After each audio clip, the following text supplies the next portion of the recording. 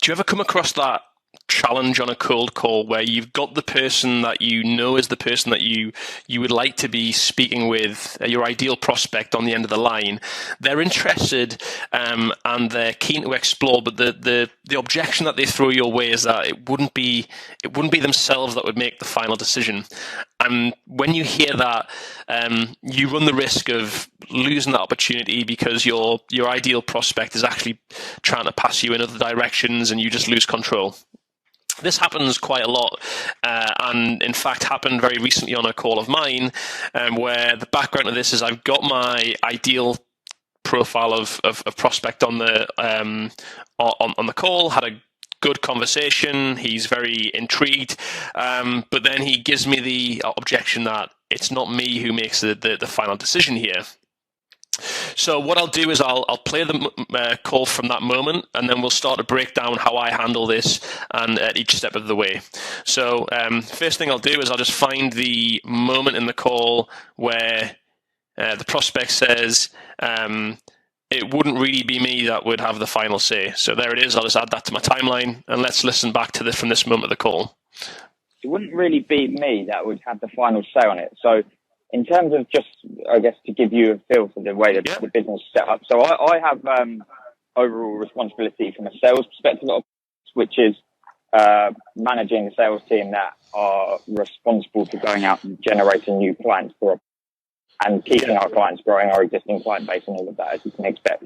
Now, so that's on the sales side. Then we have what we would call internally our operations side. And that's really the team that are responsible for managing the resources that are working on behalf of our clients. That's a bit of a complex setup, but there's... So already the prospect has said, it's not really him, it's an operations team, it's quite a complex setup. Straight away I'm kind of seeing those flags and alarm bells about if this guy tries to push me in the direction of an operations team, whilst they definitely may well be required to be involved in this decision-making process, there's all sorts of risks there where he doesn't put me in the direction of a specific individual. I end up chasing a team.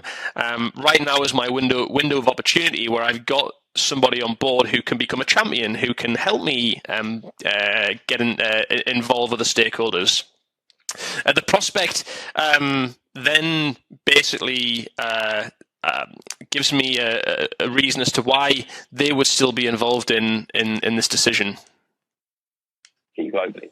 Now, in terms of that, now I've got a vested interest in this sort of stuff, and that's why I was discussing it last night. So the prospect has then gave me back a genuine reason as to why he has a vested interest and why he would still be involved in this decision making, and that's really the key here. That's my hook to play on, and this is where I start to really handle that objection. One of the key things that I would do when I handle objections on these types of calls is I use some really powerful sales words like relevant and recommend that you see here. These are just ways to get the prospect more easily bought into the suggestions that I'm making, and without him feeling like he's making any really big, tough decisions. So let's listen to what I say. And that's actually, I hear that quite a lot, is that for technology like ours, there's actually different stakeholders involved that this could be relevant to.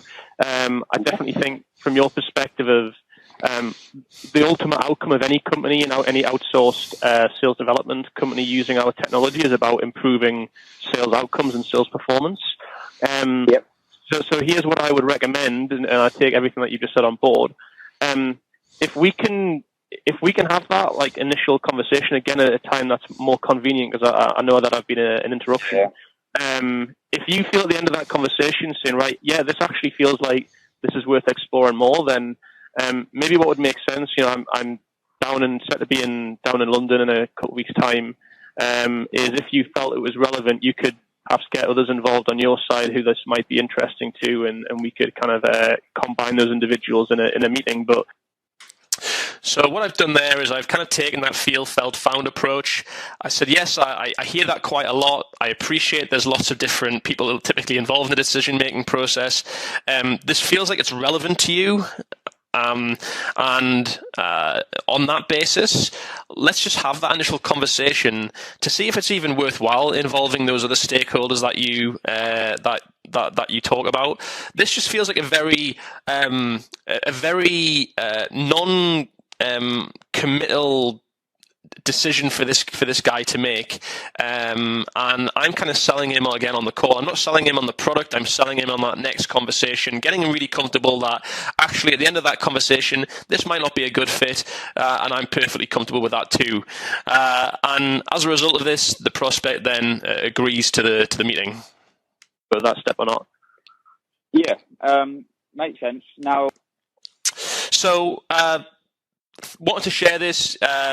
Sometimes we need to take control of the process in order to really involve other stakeholders. We have to get our champions on board, and importantly, selling them on why that would be the best route forward.